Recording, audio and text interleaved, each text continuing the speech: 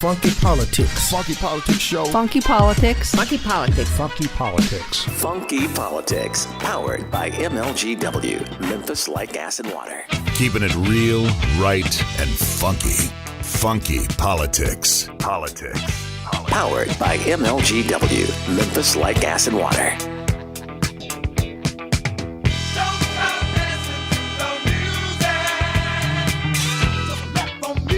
You're listening to Funky Politics, powered by the KUDZUKIAN Network. I'm DC, sitting right here along with the one and only Dr. Marcus Ward. Doc Ward, how are you, sir?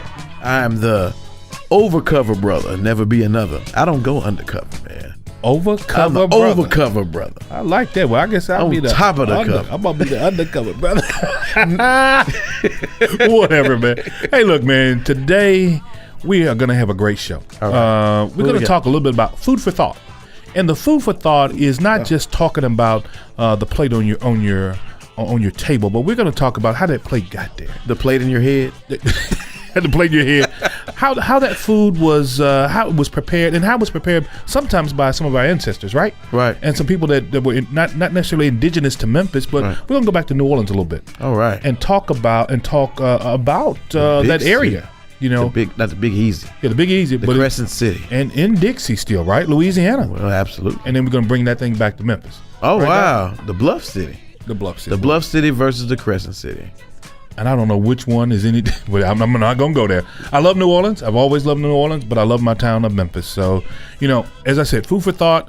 We need you to stick around with us, because on today's show, not only are we going to have Rattle-Bone Jones sitting with us, but Doc, we're going to have a chef extraordinaire, a restaurateur by the name of Kelly English, of not only Second Line, but also the Iris Restaurant right here in Memphis. Restaurant Iris. Restaurant Iris, is that what it is? Yeah. You try to get a reservation there. I think I had them backed up for like about 10 years in advance, and I had to give my reservation to my kids and my will. Wow. You have to donate. Oh my God, almost like blood. Hey, there you go. Don't go anywhere. Stick around, folks, and make sure to check us out on Spotify, Apple Podcasts, Stitcher, TuneIn, or any of your favorite podcast providers. Also, there's a new way to catch our latest episodes. Text FUNKY, that's right, FUNKY, to 72,000. That's FUNKY to 72,000, right here on Funky Politics on the KUDZUKIAN Network.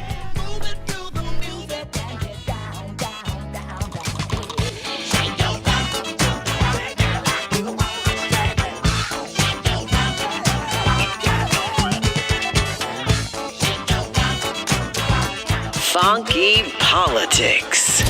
We're getting funky, y'all. 33% of Americans have a college degree. 43% of Africans in this country have a college degree. These are African immigrants that are coming into this country. They didn't have the opportunity and access, but they came over here in this American dream and created within this framework the opportunity that this country was set up, the ideal it was set on. And now to say that these people, because the disparaging remark goes further than just told. It's Funky Politics on the KUDZUKIAN Network. KUDZUKIAN! Politics is what we do. We just make it funky. Powered by Memphis Light Gas and Water. Get the funk out my face. Get the funk out my face. Get the funk out my face. Get the funk out my face. You're listening to Funky Politics, powered by the KUDZUKIAN Network. I am DC, sitting here along with my longtime co-host, Doc Ward. Doc, how are you, sir? Man, it's been wonderful. It's been wonderful. I say it's been wonderful as if I'm leaving it. Don't leave. Please don't leave.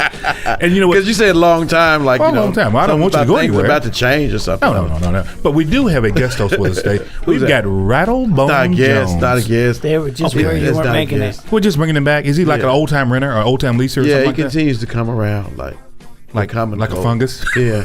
Welcome back to the show, Rattle-Bone. Thanks for sitting in with us, Rattle-Bone. We appreciate it. All right. Yeah. You know what? We have got also sitting in with us a chef extraordinaire and a restaurateur from New Orleans, now settled in Memphis and doing his thing in Memphis, and that is the one and only Kelly English. Welcome to Funky Politics. Mr. English, how are you? I'm great. I'm glad to be here. All right. Good. Doc. Yes. Look. What? In today's time, on today, Oh, you're schooling me. in our city, Okay. in our county, in our country, Okay. we're facing a lot of things, right? And these gentlemen here, we're going to talk a little bit about, Okay. hey, what? First of all, let's talk a little bit about what's going on in our country today, right? Okay. And I think today, Rattle-Bones, where we at, man? Where we at? Your friend, 45, called and said, "Hey, is Rattle-Bone going That's to be on your the show friend. today?" No, even that's your friend. I'm sorry. Oh, that's your friend. Me and Dr. Daryl Scott. I have been on yeah. the show several times, and I will say Pastor. the person who is the Republican is not me, but it is the guy wearing the bright red shirt. Yeah. That was Just just called that- 45 my friend. That just his got through biggest talking defender. to you. You know? Okay. Whatever. We're divided We're divided. Yeah. We're in divided. every way. We're divided rich and poor. We're divided rural and urban, especially. Yeah. Yeah, Doc. What are you thinking? I agree with him. You do? But, no, but it's bigger than rich and poor, rural and urban, racially, religiously, genderly, gender preference, sexual orientation, any protected class. Wow. Any protected class under the Constitution of the United States and any other subsequent Supreme Court authority or authority of any other federal court is now at risk, pretty much. You know, that's saying a whole lot. Yeah. Kelly, we're going to get to the spot where we talk a lot about, we want to talk about the food industry. We want to talk about your space and what you've created here in the city of Memphis. But I want you to chime in because you've been all over the country as well. Right. I mean, you've seen this from not only a practitioner being around an industry that has both, I would say, a very diverse number of people that work in it. Absolutely. But you've seen some of the things that people come into the restaurant and they talk about. I mean, they talk to you about. What do you think about where the direction our country is going in right now as well? You know, I don't think that we can make any headway as divided as we are. You Wow. know, we constantly fight with each other instead Yeah. of trying to get anywhere together. And I think that is a reflection of some national news channels that make a lot of money keeping us divided and keeping us on their network or where it may be. And so you're saying you think the media plays a good part of this? I'm not. I'm not saying fake news. Yeah. But yes. Not the term fake news. I Okay. certainly think that. I certainly think that the media likes their commercials, right? Yeah. And they like to keep people tuned in, and I fall trapped to that too. I'll sit and watch all night long what's going on different channels, and it's kind of just it's gross. It's gross. What's gross is how we don't ever really explore an issue. We don't have a truth. We just have a sound bite. Right. And we have people from both sides fire off. And I'm not a fan of the president, but what the president has mastered is the sound bite. That's really what the tweet was. Wow. The 140 character sound bite where you can fire off an insult, you can fire off a rallying cry, you can fire off your unrebutted point, and it sticks. Speaking of sticking, that's why we do it like we do it right here on Funky Politics on the KUDZUKIAN Network. Now, I want to get to something that, in terms of sticking. Let's talk about restaurants. Let's talk about the food. Let's talk about this space that you've created.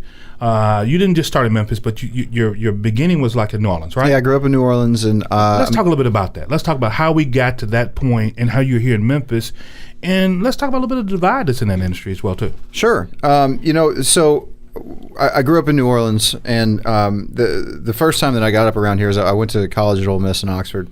And is that Old Mississippi, by the way? It is. That's what I thought. Go ahead, sir. It is. Ole Mississippi. And I moved back to New Orleans, and I worked for a guy named John Besh, who has become he was the first guy that in my industry that really was brought down by the Me Too movement. Wow. And he was my mentor. Like, I learned a lot. But to be from brought him. down here was a big deal. Great cookbooks. Yeah, and his entire brand was built on wholesomeness. Yeah. So I came up here about 10 years ago, and I've really fallen in love with this town. But it is a very different town than New Orleans, and not just culinarily. In what way? So growing up in New Orleans, it's a very, and I'm not saying there are no problems in New Orleans. There's plenty of problems in New Orleans. Sure. But New Orleans celebrates other cultures better than almost anywhere I've ever been.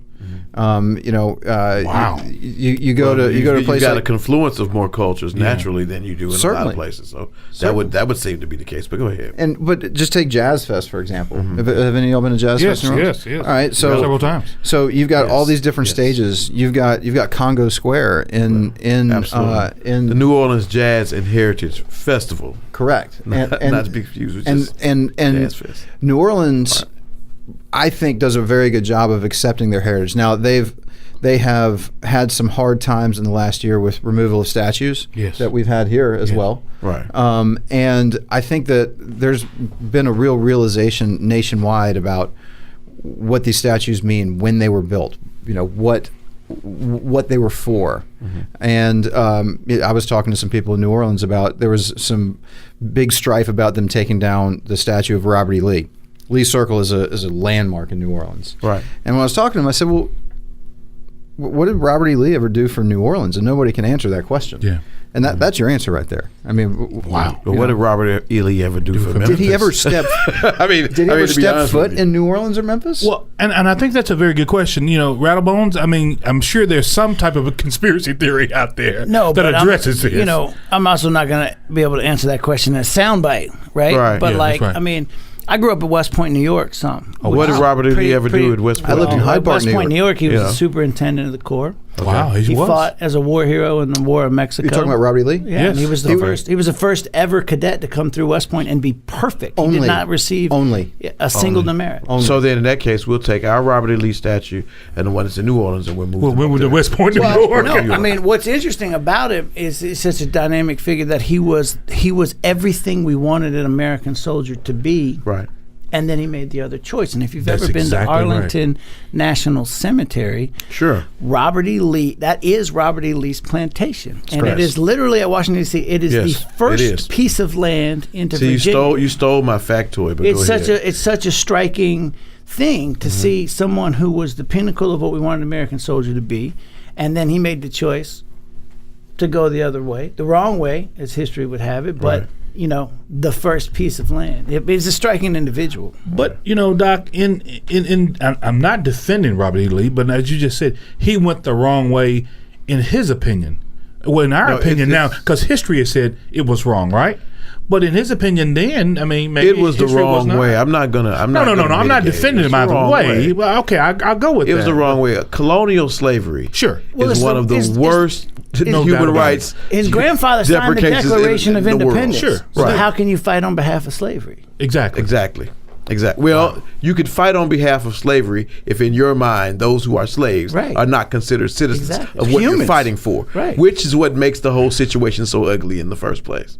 So there is really no way anyone who's fighting for the preservation of it can be seen in any way other than, I'm not going to call them, well, I'm not going to call them cowards or anything like that, but Yeah. they're definitely on the wrong side of history. The ideals are wrong, and they really shouldn't be celebrated. Well, now I want to circle back. I want to bring it back to right now. Yeah. So Kelly, you know that difference of Memphis and I call it Nolans.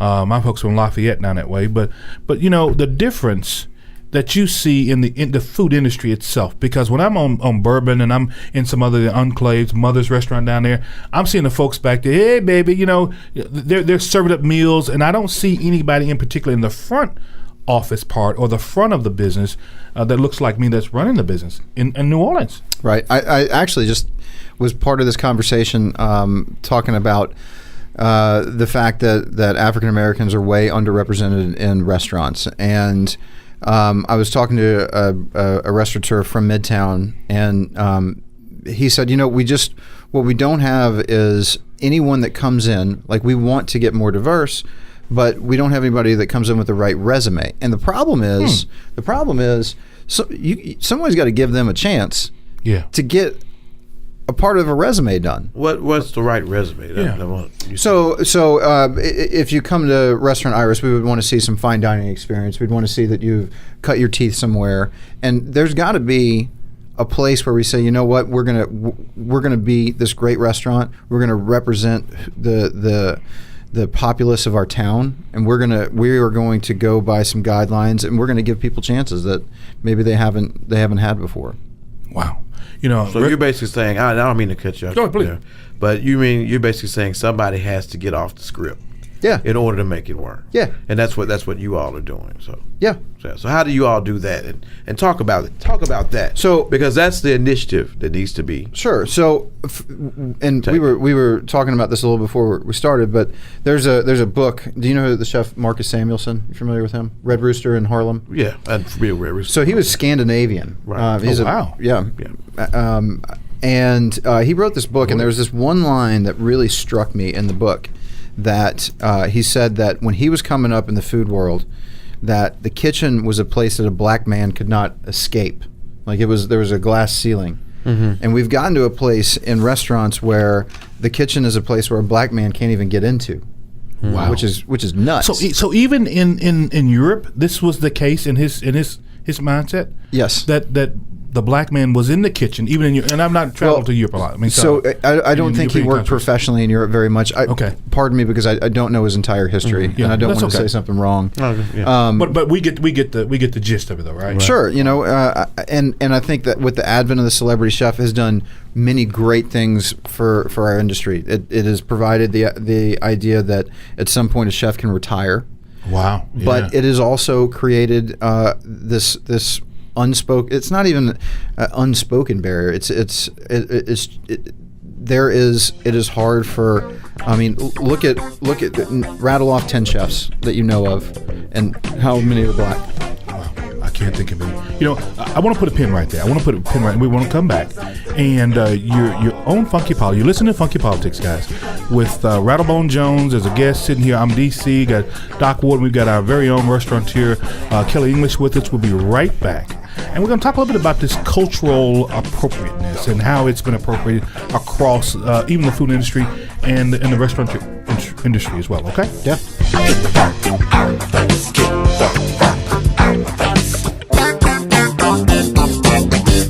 Best in Blue. Are you all seeing that as a tie with the gang culture in Memphis? I don't think that we can attribute all of that to gang violence or gang initiation. Best in Blue on the KUDZUKIAN Network. KUDZUKIAN! And you're listening to Funky Politics. Funky Politics. Funky Politics. Funky Politics. Powered by Memphis Like Gas and Water. Thinking of a master plan. Cause ain't nothing but sweat inside my hands. So I dig into my pocket, all my money spent. So I get deeper, but still coming up with lint. So I start my mission, leave my residence. Thinking how could I get some dead presidents? I need money. I used to be a... You're listening to Funky Politics, powered by the KUDZUKIAN Network. I am DC, sitting along with my all-present, everyday co-host, Doc Ward. Doc, what's up? Nothing, man. Anybody ever tell you what a great host you are? Nobody's ever told me that before in my life. Okay. Whatever. We are sitting. We don't call this guy a guest. He's just revisiting with us. We've just kind of gotten him back here on the show. He's our brother. That's I'm right. Olive Garden style because when I'm here. Whatever. Rattle-Bone Jones. Hey, man, how are you? Good to see you guys. All right. He's all here, all seersuckered out. Man, yeah. I like that seersucker suit. That's okay, man. Thank you, brother. I got one, mine doesn't fit anymore. But anyway, and we also have sitting in with us today a wonderful gentleman who happens to be a restaurateur and a chef extraordinaire. That is the one and only Kelly English. How are you, Brother Kelly? I'm good to be here, man. Man, I tell you, it's good. It's good for you to be here because when you here on Funky Politics, it makes this thing even funkier, right, Doc? Yeah. I thought you were going to go back to an Olive Garden line. I mean, it's when funky. You're here with your family. I don't have one. No, but seriously, it's funky when he's here because he's the Memphis gumbo master. No. Don't restrict him to one city, man. This is no. This guy. This is the culinary genius of the Southeast at a minimum. All right. At the minimum. At a minimum. He brings it all the way from New Orleans. I'll take it. When you can do the gumbo, po' boy, New Orleans cuisine thing, and do ribs and do the Memphis thing, how many people can do that? How many people can do that? Do you know also Restaurant Iris? Now, I'm telling you how special this place is. I've been kicked out of it. I've been banned. Well, you tore up the bathroom. Well, I tore the place up. Guess what? It's under renovations right now. Because you tore it up so hard. Wait. He said he's been kicked out of it, but I mean, when you don't pay your bill, that's what happens. But I have to know, when you say tore up the bathroom, does that mean he did damage, or does that mean Or does that mean he just made Show's the place over. We're outta here. unsuitable for the other customers? They had to renovate. That's why we're renovating. Everybody, It was so let the unsuitable. record reflect.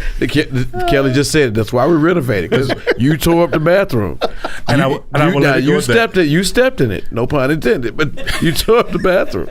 This show's over. We're done, folks. Anyway, we're going. Well, let's get back to one thing. I want to get Okay. serious about one thing, and we want to talk about. And we bridged this gap before. We've been talking a little bit about the restaurant business. We've been talking about the food industry and so forth. But Kelly, your space has been not only the restaurant business, but also bringing people together around this idea of food and how do we help communities as well, right? And I want to talk a little bit about this cultural appropriation and how we've gotten there with folks that we normally have seen in the kitchen, but we don't really necessarily see in the front area. But now let's go to this cultural piece. So when I think the most compact way to talk about it is, I think that almost every culture, we talk about Southern food, we talk about greens and cornbread, and how they came about. This was not the food of the people that owned the plantation. These were the food of slaves that were given the leaves of turnips and the feet of the pig and the dust from the corn, and they just had to figure it out. We now identify as Southerners with that food, but we don't really want to talk about how that came to be. You can also talk about almost any culture. You can talk about all the cultures in Asia, and the foods that have developed and that have become very popular from those places are time tested, and we don't eat the food of kings and queens. We don't. We eat the food of peasants. That's what we eat. And I think that what happens far too often is that, and I'm not calling out any of my specific colleagues, but it's very easy to go Google pho, right, and not really understand the struggle of centuries that it took to take very humble ingredients that they had to pull things out of to get nutrients and get flavors out of, and just quickly put something together. And I think what ends up happening is that two things: we can very easily strip someone of the ability to earn a living off their own culture. And what we do is we take some very, very intelligent philosophies that were born of poverty, and we turn them into an impoverishment of philosophy if we don't understand where they come from and how they got there. You're listening to Funky Politics, powered by the KUDZUKIAN Network. Doc, I see that wheel turning in your head a little bit. And I don't know. I don't want to set the rat up there, but I see a wheel turning. I'd never have any rats in my room. Never. Whatever. Never. Nothing but just pure genius here. So look at it. Come on with something Staring genius. at it. Come on. No, but seriously, I was listening to what you're saying, because with food, it's bigger than just we don't eat the food of kings and queens, but yet what we eat determines how we live, how long we live, and everything else. And it's a part of our culture, as you were saying. So I would argue that it is our culture. Right. So in that regard, though, how we prepare food and the whole art, I don't want to say of cooking, but the art of culinary preparation, everything else, is a major cultural. It's not just something that's good to do. It's a major cultural aspect of our community, right? Right. And so, in that regard, how would you use that to sort of bring and create sort of a cross-cultural confluence in communities like Memphis and like New Orleans, where you have so many different cultures of people coming together? How do you do that? I think that you really need to, if you want to cook food professionally, right? If you want to cook food professionally, I think it is your duty. The information's out there. This era that we're in with restaurants, you have people that are cooking that have chosen to do this. It's not just the only thing they could do. So I think that it's our duty to understand where things came from. Here's a great example. Everybody knows about beignets in New Orleans, right? Sure. Yes. Right. Yes. They come from Café du Monde. They come from France, right? Right. Yes. Wrong. Wow. Wrong. What they come from, and we're going to serve these at Restaurant Iris at the bar. They come from when the slaves were freed in New Orleans. They made these things called challah. And these African American women would walk around and they would yell "challah tout chaud," which just means hot challah. I have a hot challah. And they were a fritter that were made of leftover rice, and from that comes the beignets that you find today. They became refined. And that's what I talk about when I say that we can't let poverty's that we can't let the philosophies that were born from years of impoverishment, that we overcame things to get there and turn them into a complete impoverishment of philosophy. Anybody else, Rattle-Bone, anybody else in America will tell you that the beignets came from France. Well, other than of course Killer English, because he knows the difference, right?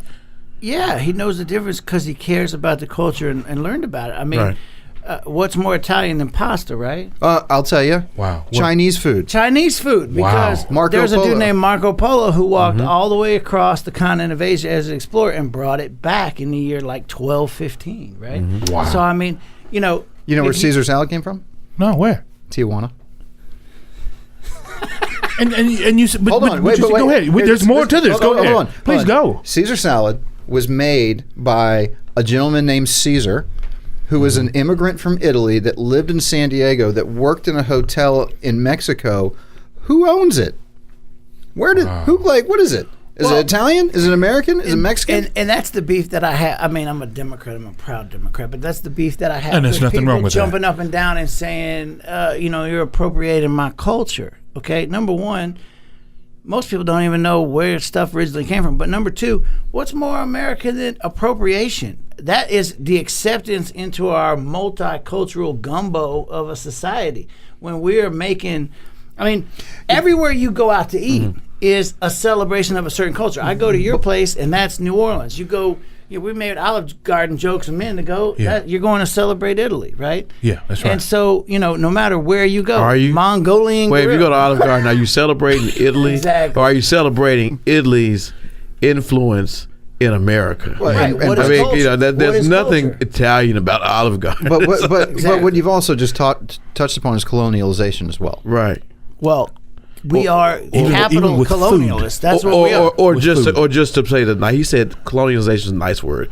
The better word is theft. Well, I mean, to me, that's what it is. That's what it is. That's what it is. I mean, you just take something and you just kind of like you make it your own, like the Jack Daniels that you like so much. That supposedly came from them, but didn't really come from Jack Daniels. It came from the guy that was making the Jack Daniels. But Jack Daniels has made it their own thing. Yeah. All musicians, all artists, all everybody. Yeah. Nobody just comes up with an original idea. You take from something and make it your own. Ross Perot said that you take something that works and you copy it, right? It's exactly. I mean, that's the human condition. But we don't do that here on. We don't do that here on Funky Politics. But here's the difference, though. There's appropriating, there's copying something, and then there's stealing. When you give respect, respect to the source. Now, what's appropriating? Is when you take somebody's culture in the kitchen and then exclude them from the kitchen. You go. There you go. So now and adopt what they gave you as your own. Well, let's visit that. Now it's not Mama Dip's chicken. Now it's Bobby Flay teaching people from the South how to make chicken. That's appropriation. You know what I'm saying? Well, let's talk about it. Let's go there. Let's go there. By the way, have y'all seen this new Gordon Ramsay TV show that's coming on? No, I haven't. Oh. So he is going to go. It's awful. I have heard of this. Okay. He's going to go. He's going to go. I want to hear this. Parachute. They say parachute. I don't know if he's going to actually jump out of a plane or not. But he's going to go into cultures and try to cook their food better than they do. Wow. I mean, come on. Which is essentially the concept of the Peace Corps, by the way. We're going to show you. But we're going to show you up. So it's like Bobby Flay going global then. Like he tries to go to a certain place and cook. Yeah, Gordon Ramsay's going to go to Nigeria and show him what's up. I had a friend that was in the Peace Corps. She got assigned to Peru, and I was like, how's that? And she goes, well, we teach people who have been raising the same crop for 4,000 years how they're doing it wrong, and they use American concepts, right? So I mean, there's just a certain of the colonial cultures, America, Great Britain, all that I think that's everybody capitalizes. And let's go there. Let's get from the colonial piece. Let's bring it back now into the 21st. So now we've got all of these particular cultures that are here, diverse cultures in our country, and let's just say in some neighborhoods they cook this. I remember back in the day when I wanted Chinese food, I thought that rice and and eggs and all. I thought that was that's I not swear to necessarily God, so. I lived in the mountains of North Carolina as a kid, and when Taco Bell came to town, it was the most exciting thing that we could have a tostada whenever we wanted. And you thought it was Mexican food, and right? who would think that is going out for authentic Mexican food now? And but that's where it started. That's where the journey started. That's not where it's supposed to end. Marketing. But on a chef's side, I think that our duty as people that should be interested in why, when, how, who, where.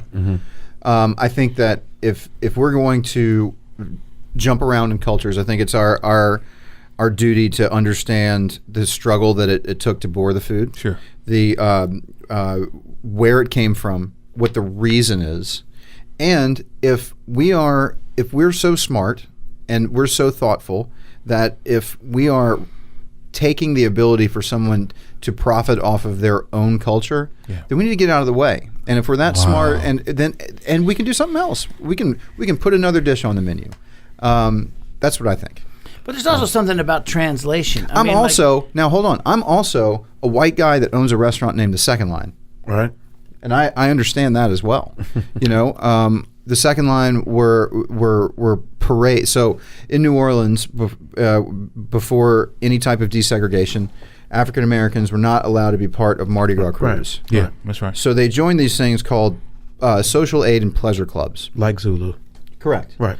And what those did was those gave some modicum of life insurance, basically guaranteed you a proper burial, and guaranteed that you could be in a parade every year. Wow. Now the established crews would not let African Americans be part of it. So what they would do is they would form themselves and they would follow the parades that were already set out and became essentially the second line of the parades. And they were really more fun-loving. They were more fun-loving and they were more genuine, way less structured. Now the second line in its own has survived, and they pop up all over the place. But I've struggled that myself. Is that appropriative that I've used that moniker? I've really researched. Is that where you got the Second Line, the restaurant? And I've gone there several times and I love it. Absolutely. Is that? And if you look on the walls of the Second Line, the photography, yes, the idea of the Second Line is for people of all cultures walking together in this in the exact same direction with a purpose. Then I would say you have not appropriated that. I would say that you've done some good. You've allowed that second line to live in another city, somewhere else that we can understand it. That's what I would say as a citizen in this area, and not from New Orleans. I've also written, in the front of the menu, there's a note about what it is. It's not just a wedding Pinterest page. That there's Second Line was born from a struggle. Wow, gentlemen, Doc. Well, I always thought Second Line was that dance that you did with Mardi Gras with the I mean, but that's really what it is. But I don't think that's unfamiliar with anything in the South. You had, in Memphis, the Cotton Carnival once upon a time. Yeah. And African Americans could not participate, and the Cotton Makers Jubilee was born out of that. It's always been that thing that being excluded. We didn't allow or let ourselves be in any way subjugated to the point to where we're not going to celebrate our culture and we just did something and what we were able to do. Again. Absolutely. Are you familiar with the Mardi Gras Indians? Do you know what they are? The Mardi Gras Indians? Not really, no. So it's really interesting. The Mardi Gras Indians there are different tribes and they still exist. Right. They're not Native American at all. These are African American tribes in New Orleans, and they honor in times of natural disaster in New Orleans, the slaves would be the Native Americans would take the slaves under their wings and take care of them during times of hurricanes and things like that. They would bring them in the woods and protect them, and then they would come back to New Orleans.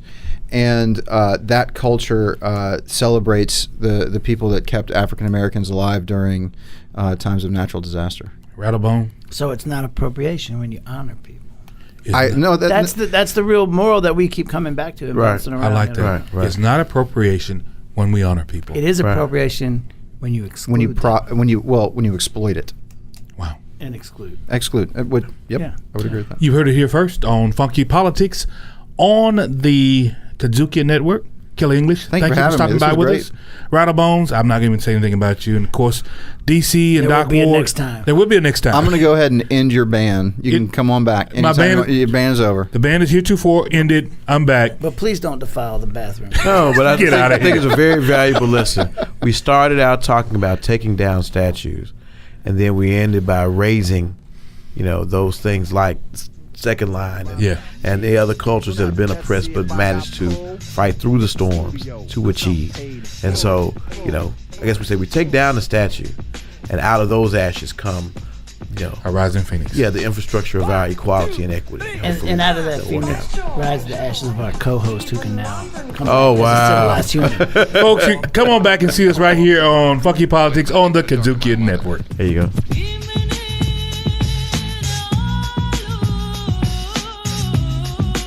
Riffin' on Jazz. I'm Howard Robertson, one of your hosts for Riffin' on Jazz. Riffin' is your weekly visit with friends where we dive all in to that classic African-American art form called jazz. So don't miss Riffin' with me and my man Melvin Massey every week on your favorite broadcast and podcast platforms. Riffin' on Jazz on the KUDZUKIAN Network.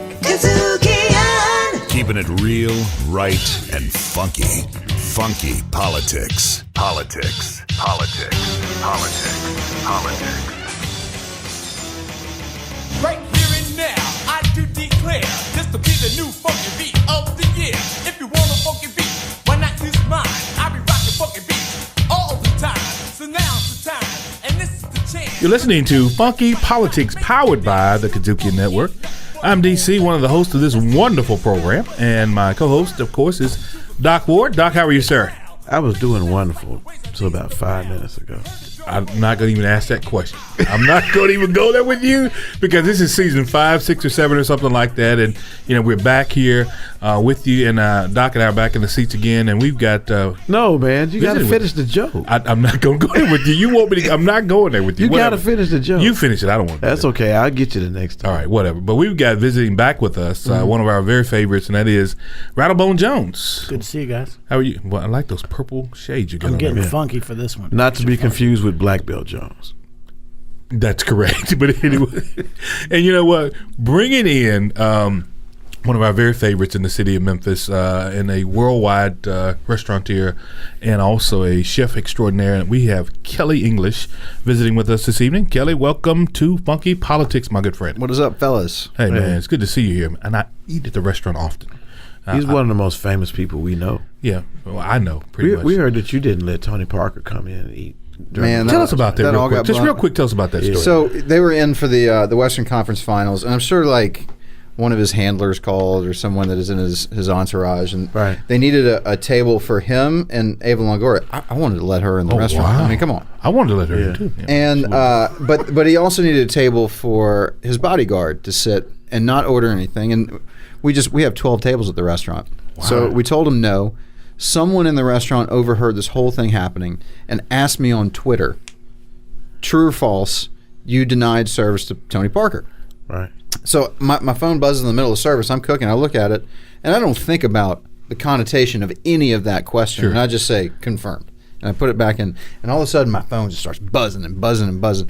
And the next thing I know, the next morning I wake up, and I've got like 3,000 more Twitter followers. Wow! I'm on Sports Center. I always thought that Sports Center would be because of my athletic prowess. Yeah, but we understand that's not the case, right? That's not what happened. No. And it was all blown out of proportion. And let's just say I'm not going to be opening any restaurants in San Antonio.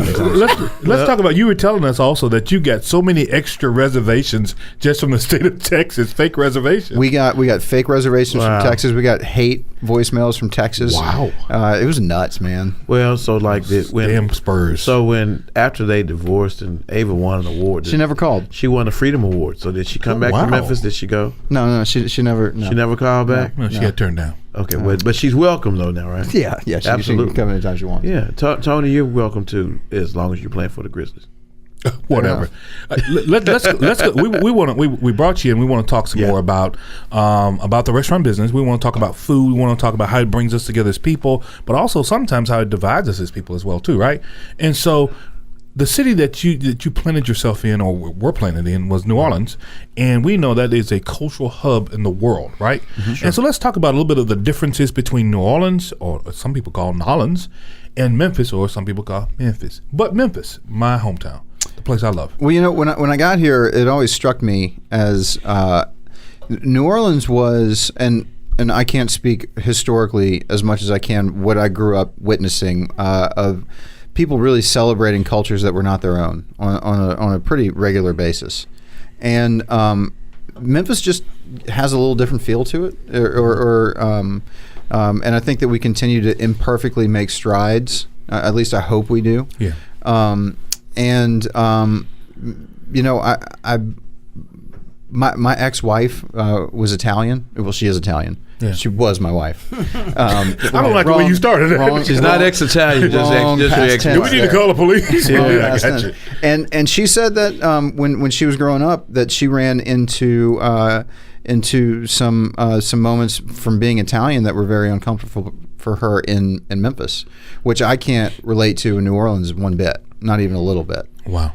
So, you know, I just it's a different town. We've got different histories. You know, certainly when you talk about, you know, back in the 1800s, they're not that different. No. Civil rights, Memphis was a hub for it, and you know, is a symbol for good reason, for a reason that. You know, there was a large you know, fight for rights here that I'm sure happened in New Orleans as well, but this is the center of it. You know. Well, a lot of that probably has to do with the fact that, of course, we lost a man was martyred here in the city of Memphis. So people oftentimes remember us for the death of Dr. King. Rattle-Bones, I mean, I don't want to bring the conspiracy out of this, but New Orleans. Let's talk a little bit about New Orleans and how it has. Believe it or not, I went to school here, but my first job as a lawyer was in New Orleans, helping rebuild after Hurricane Katrina. Oh, wow. Helping get funds from the federal government to rebuild. Thank you. And so I got to be there. It was kind of like being deployed with a federal credit card. You know, you just found a place to sleep. You found a cruise ship to sleep on. Sometimes you slept in your rental car, whatever. And you helped people get their papers together and find ways to refinance and rebuild. Well, the thing that I really picked up about New Orleans as being different from Memphis goes all the way down to the music, right? So I learned music as a kid. And the European model of music, classical music, has repeating melodies, 4-part time. You know, dun dun dun dun dun dun dun dun, dun, dun. You know, it plays the same thing. And then like jazz that comes from African and Caribbean cultures is just pure free form expression, right? And it's just like in the moment. And then Memphis is really the place that's unique in the world for blending those two incredible art forms. Wow. And celebrating both. It's like you have the band that plays in a repeating rhythm, but then somebody's going to go off and do a solo, something completely different between verses, and come back to the group, and then the group plays together. And Memphis is like sort of that celebration. There's always like two teams in Memphis. You know, it might be Democrat or Republican. Yeah. It might be black folks and white folks. It might be, you know, whatever. Yeah. It might be union busters and union members. And in New Orleans, there's like this true celebration of everybody. You know how you keep saying, "Hey, baby," walking down the street. Everybody wants to talk to you. Everybody wants to have a good conversation with you. Everybody wants to like, but there's this, everybody's different and everybody celebrates each other. And in Memphis, it's kind of like, pick a team, pay your dues, and then eventually, when we know you're one of us and you're doing it our way, then we'll let you have your contribution. Doc, I want you to chime in because you're a world traveler and HBCU guy and a wonderful person who's actually seen a lot of different and worked with a lot of different cultures. Do you get that out of Memphis versus New Orleans? Because I know you've traveled to New Orleans quite a bit as well. Did you make the conclave? I spent a lot of time in New Orleans in the 90s, but I actually think, for what it's worth, that the cities are sort of, from an African American perspective, they're sort of similar. Wow. Now, I get the whole difference of the culture thing. Yeah. That's really apples and oranges because you're talking about, New Orleans is a very old city. So that's the first thing. You know, Memphis is turning 200 next year. That's right, May, New Orleans is working on 300, something like 800 years old or something like that. And you've got some indigenous cultures that have not really changed a whole lot from the beginning. So you're going to have that different sort of difference. Memphis kind of reminds me of a city that would be in northern Louisiana, highly Protestant-based city, as opposed to, once you get below Alexandria and you start getting more Catholic. I don't know anybody who wasn't Catholic growing up. Yeah, and I don't know too many people that aren't Catholic that are from New Orleans. Just like I don't know very few people that are Catholic that live in Memphis. It's not a lot of them. There are a few. Yeah. But in terms of the ones that are Baptist, because there's a very large Southern Baptist contingent here, the largest Southern Baptist congregation is here.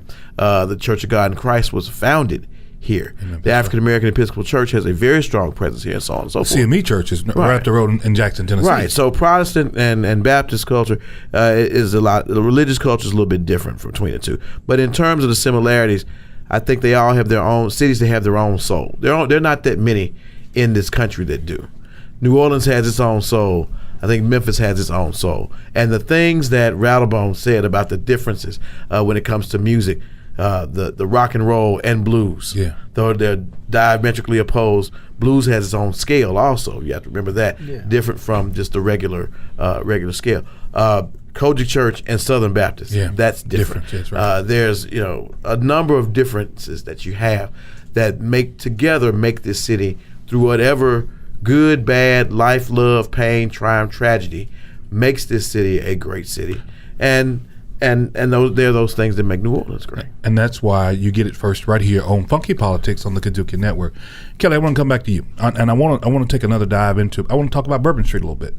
We've got a lot of folks who travel back and forth from here to New Orleans, and I love Bourbon Street. But there's other places in the city of New Orleans, and I will tell you, I very seldom venture outside the quarter. I love going down to Cafe Du Monde, and then I go down to what we used to call the straw market down the end and go buy the little trinkets or whatever, and then I may stay on Canal or stay at the Prince Conti on Conti Street. I love that little hotel down there.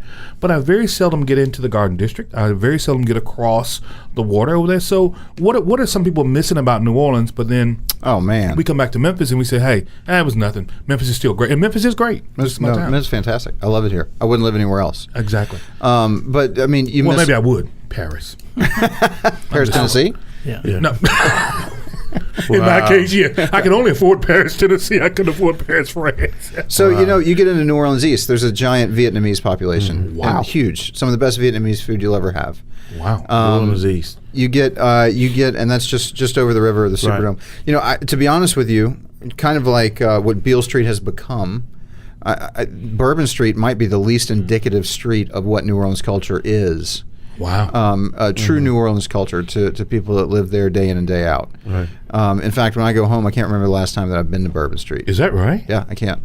Maybe since I was 16. So we start going to bars a little earlier in New Orleans. 16, but you're not telling anybody. Yeah, but I get that, because when was the last time you went to Beale? Well, that's a good question, but Thursday. But you know what, though? You know what? Let me ask this question. Yeah. So Beale Street, and I was talking the other day. Beale Street was Black Wall Street here, right? Pretty much. I'll give you that. You can say that. We'll say that for purposes of conversation. Yeah. Was Bourbon Street? I don't have a clue what Bourbon Street was back 60 It wouldn't years have been. ago. It wouldn't have been in the French Quarter. Bourbon Street reminds me more of, well, I've also lived in Baltimore. We're going around the world with me, but oh, wow. It's a port town, and Right, yeah. Bourbon Street, they have a place in Baltimore, the Baltimore Block, where Huey Long's girlfriend Blaze Starr performed for years and years. And they have parts where raunchy parts of town for the sailors to go when they got off the boat, right? And we're looking for fun. And so, like, the Baltimore Block is a lot like Bourbon Street, right? But then there's the next neighborhood over, like Fells Point, where you have bars and clubs to go see music, which is kind of much more like Frenchman Street or something, where you can see better music, I think, than but there's a draw to New Orleans, though, that people have. Some people just feel like they've got to go to New Orleans. I've got to go to New Orleans. It's a truly European city in a way that other Americans aren't, because it's a French influence that they don't really have in like the East. Architecturally, I will agree with you, but culinarily, I disagree. Wow. That's the food of African Americans. The idea that question. the idea that we eat red beans and rice on Mondays, that's a thing in New Orleans. The reason that we eat red beans and rice on Mondays is because that was laundry day. Right. Wash day, right? That was wash day. Wash day. So they had a fire going outside while they were doing the clothes. They would put a pot on, and this was not the people that own the homes cooking red beans and doing the laundry. You're educating me. Please cook. So the food, going back to food, that we identify cultures with, were born from the impoverished part of those cultures. And there's a book written once, The Struggle of Black Folk. Yeah. Well, there's a book that was just written by a good friend of mine, John T. Edge, and it's it's called The Potlicker Papers. It's an amazing book, and he was the first one that taught me. You know who Booker Wright was? Do you know who Booker Wright was? I can't think of the name. No. Booker Wright was a server at Lusco's in Mississippi, and you can look him up on YouTube, and it's one of the most. It gives me goosebumps watching. So he'll go through. He will go through. There was a CBS documentary. I think CBS, maybe NBC, documentary shot on Mississippi. It was only shown once, and he went through his spiel that he gave to his customers. He was a black man working in a restaurant that was for whites only, and he turned on a dime when he started talking about not what he did for a living, but how he felt and what he wanted for his children. Like, I'm serious, I'm getting goosebumps. Yeah. And I can only imagine the price he paid for telling a television camera that. And I've always thought about restaurants as a place that brought people together, and that's not true. No, that's not true. No. I mean, when I think about the places where sit-ins happened, those weren't restaurants; those were diners, and those are different things. Woolworth counter, and not only in Memphis but also in Nashville. Yeah, and with Diane Nash, Greensboro, North Carolina. Yes, so I think that restaurants, as we move forward and as we evolve into we aggressively at Restaurant Ireson, at Second Line, and many other restaurants in this town, both owned by blacks and whites and all the different ethnicities. We aggressively set tables that for everyone to be welcome at, and I think that it's our duty from where we've come with our industry and kind of the turmoil that's been in the last year in more of a gender situation to really push that and hit the gas hard on that. Let me ask you this, and this may sound odd, but are there any major restaurants in Memphis or in the South that you know that are owned by African Americans? I mean, I know, yes. Yeah, I mean, name one. I mean, I'm talking about a what we would consider to be a 4-star, 5-star restaurant.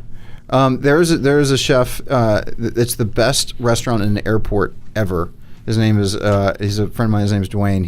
And it was a place called One Flew South. He has recently moved to Mobile, Alabama, and he just opened his restaurant, and I cannot remember the name of it. Mobile. Wow. And there's a guy named Todd Richards in Atlanta that does amazing work. But the advent of the celebrity chef has been great, and it's also been a detriment because I think for a lot of people, the average diner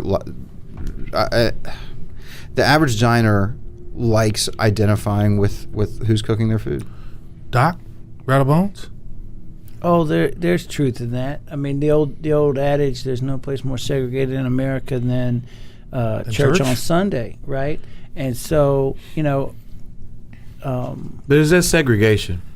I don't know. I don't want to cut you off, but I hear that all the time. But that's what I'm saying. That's a voluntary choice. I hear that all the time. People say this. But that's a voluntary choice, and it's gotten to the point. I work in the criminal justice system. It is an overwhelmingly populated by African Americans. My wife works in the city school here. That is overwhelmingly 92%. African Americans. It's gotten to the point now for me, I go somewhere where I'm with all white people and I feel uncomfortable because I'm not used to that. And I kind of go like, why are there no black folks here? But I get what you're saying. That is the natural inclination for people. Mm-hmm. I don't go to church at all. They wouldn't let me in one, right? It's like you've been banned too, huh? Right. Like me. But for different reasons. There's something to the fact that people are making that choice voluntarily, intentionally, no pressure. Why are they doing that? And people eat how they worship. they live, and neighborhoods are still segregated voluntarily. Yeah, but that is a voluntary choice. But the point and you're right. But then the thing that I want to drive home about what you're saying, and it may be on point, it may not be, is that why can't we respect that?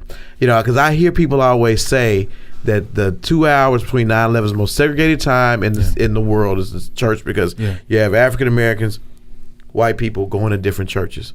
Well, I say to that, okay, so what? And we may be worshiping the same God. Why can't that be? We come across, if you're Christian, you identify, and your experience with God from a Christian perspective is probably different. The historical perspective. Yes. The way that your great-grandmother identified with Jesus is different from the way my great-grandmother identified with Jesus. And especially the music. So why is it that we can't celebrate or worship differently, but still respect that and come together when it comes to living, working, and everything else? But I think the hard question for today is why would that be okay with you at church, but not okay with you in the way people are eating?